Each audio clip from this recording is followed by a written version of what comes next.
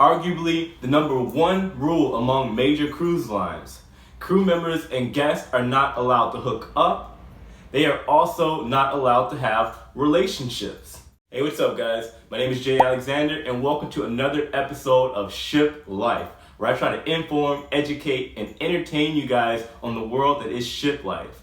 So this past Sunday, I did a Ship Life story episode on an old friend of mine that actually got fired from the cruise ship for sleeping with one of the guests.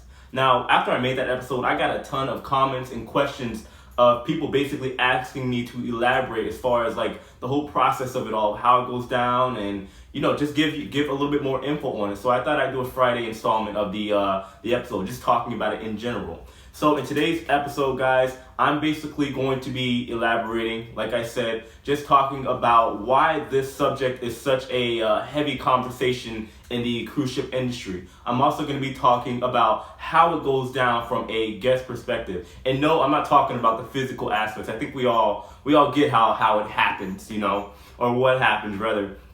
And I'm also going to be talking about why this subject is so heavily penalized and so strictly enforced among the cruise ship industry. We're going to talk about all that and just a little bit more in today's episode. So I'm not going to waste your time. I'm going to go ahead and get straight into it. Without further ado, let's get started, shall we? Let's go! Alright, so we all know it's no secret. Alright, people like to hook up, get it in, do the thing, smash, smush, whatever you want to call it, especially among cruise ships. Now, when people are on vacation or working on the ship, it's all about the open ocean air, I guess. I don't know, it's just something that just kind of puts you in the mood. Now, typically, I think everybody knows, and it's a very notorious subject to talk about as well, the crew are definitely hooking up with each other. They're definitely doing it, all right? And the guests are doing it as well, all right? But every now and then, the two seem to come together and mix, and the guests and the crew have their fun together, all right? Now, why is this such a big deal among the cruise ship industry, right? Why are the guests and crew talking about it? So I'll break this down from both perspectives. In a nutshell, I guess there's a saying that rules are meant to be broken, all right? And everybody wants the forbidden fruit, I guess I should say, right? People want what they can't have. On the other side as well, a lot of people like a good story. They want some adventure. They want some action in their life, physical action, all right? So the reason that this happens is because, again, people, they desire things that, they may not find anywhere else, all right?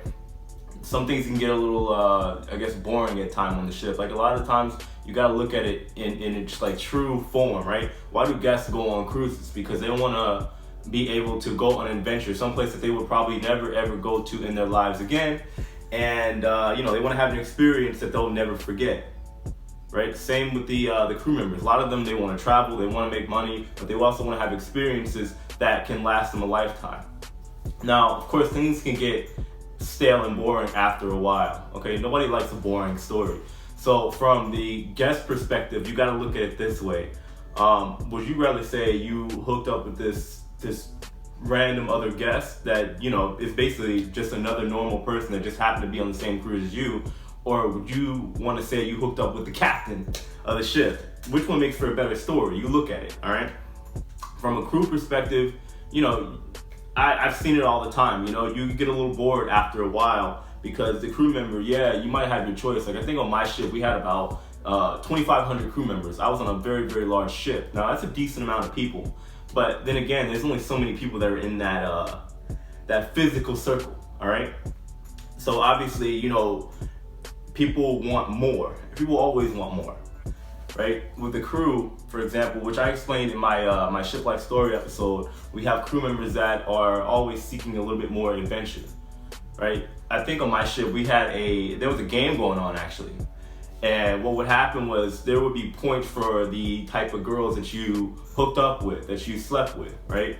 I think at that time when I was on the ship, you got like 1 point for hooking up with one of the Filipino girls because they were in such abundance. And I'm not trying to be racist or anything like that. This is just the facts. If you hooked up with a Filipino girl, you got 1 point. If you hooked up with, I believe somebody from the daycare, you got 3 points, something like that. You hooked up with one of the officers, it was like 50 points. And if you hooked up with one of the guests, it was 100 points. And that was like a legitimate game among the crew, all right? It was even a term back in the day. They called it coning, all right? I don't know the exact reason for it. It doesn't make sense to me, but we don't, at least when I was on my ship, we didn't use that term.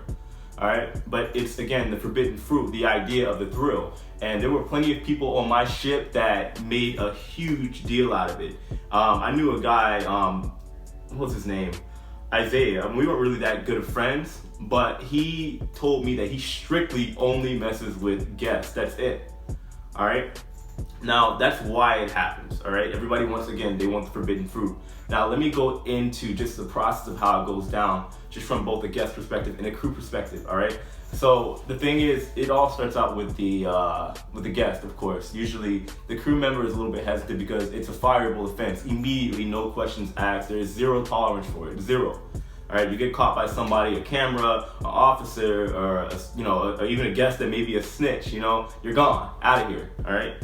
So the thing is, from the guest perspective, usually the crew member is waiting for the guest to kind of initiate that they're interested, and that's usually how it goes down. Now after that, because the thing is, typically with the guest, they already know that the crew is a little bit more friendly than as if they were on land, because they're working and they figure, there may be some miscommunication as far as the message. But usually there's a guest that, the crew will make for the guest to make it somewhat obvious that they're interested, and then they'll go from there, right? Now after that's initiated, the general idea of wanting to hook up, maybe a number is exchanged, a room number or something like that, or whatever, there's some information exchange, the crew member will then act. Now on the crew member side, obviously they don't want to get caught. So the process of how it goes down, and again, not physically, I'm talking about like how they make this to be without running too much of a risk of getting caught. The crew member will basically meet up with the guest on one of the ports, one of the islands, all right? And typically as a crew member, we go to these ports all the time. So we know all the spots, right? Let's say if we were in Bermuda, they would go take a ferry and meet that person on the other side, not the ferry dock or not the shipyard. They would go take a ferry to Hamilton, which is like the city area, which means you got less likely of a chance of getting caught hooking up with a guest as a crew member. So they would do that. But this happened on like every single port, right? But if you really wanted to be risky, yeah, you could technically sneak into one of the staterooms, which again, you have a very high risk of getting caught. And I mean high risk of getting caught. But people do it anyway, Now, the only exception to that rule where you're allowed to go into a stateroom, and I was a little paranoid about it myself, there's paperwork that you can fill out if you have, let's say, a wife or a husband or a boyfriend, girlfriend, like somebody in a relationship, even a family member. If you want to go into their room, there's paperwork you got to fill out maybe a couple weeks prior to that person coming on, and you're allowed to go into the room once the captain has signed it and you get approved by your manager. So obviously, you can't do it right then and there. I've seen some people get away with it because they have close connections, right? There are people and crew members that will meet a guest that they're interested in right out of the gate, right at our home port, like the day one, all right? Get their information, fill it out, and let the manager know that, oh, this is my girlfriend. She's been my girlfriend or boyfriend for the past 5 years, and we want to share a room. Now, I've seen that pass from time to time. Sometimes it's a little bit too late, right? But the people that will typically do this are the girls that are, selling it.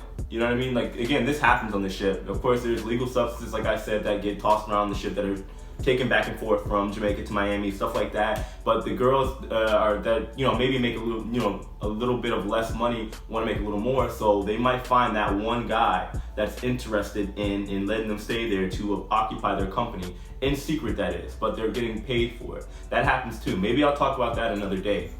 But anyway, guys, getting to the topic, back to the topic at hand, that definitely goes down, all right?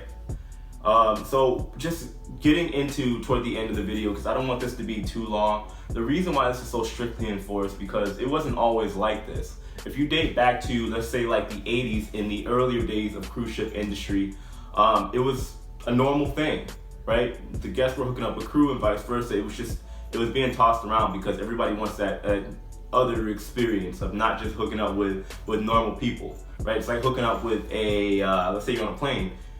hooking up with a flight attendant, in the Mile High Club or whatever it is you want to call it. It's a thing, right? But it's so strictly enforced because now these major cruise lines are in the limelight 24/7, and we live in a world of technology, and everything is posted on social media now. And these companies are also, like, as far as like stocks and stuff go, they're publicly traded companies, which means they're always in the public eye for every little thing they do.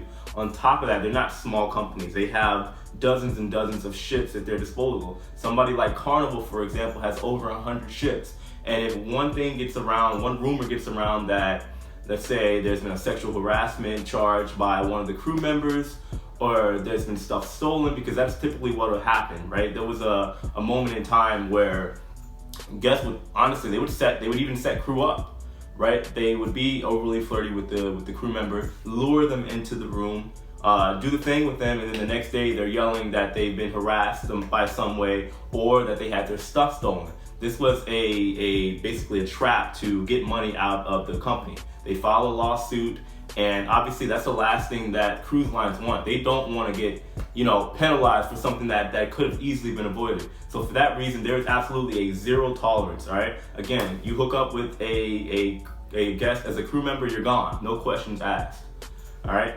So anyway, guys, I know this is a little bit longer video. I didn't plan on making it too long. I hope I didn't go too off topic, but I just wanted to let you guys know and elaborate a little bit more on the situation, on just why things are the way they are. In a nutshell, cruise lines just don't want to deal with lawsuit after lawsuit after lawsuit, all right?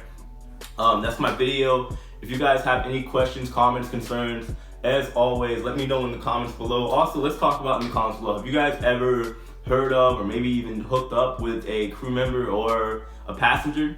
Let me know. Let's talk about that. So next week, guys, by the way, I'm going to be talking about a subject that's been bothering me for a little while. If you guys don't know, I'm a dad, all right?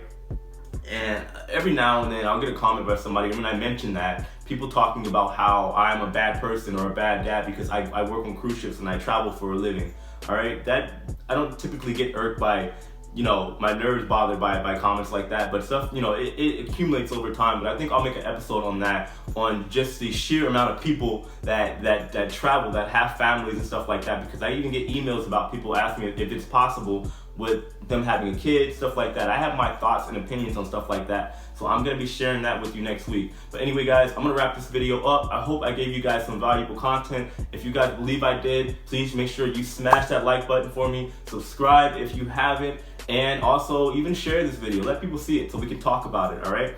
Anyway, guys, I will see you on Sunday for my ship life story. Hopefully this hurricane thing isn't going to be too bad. I live out here in Tampa, Florida.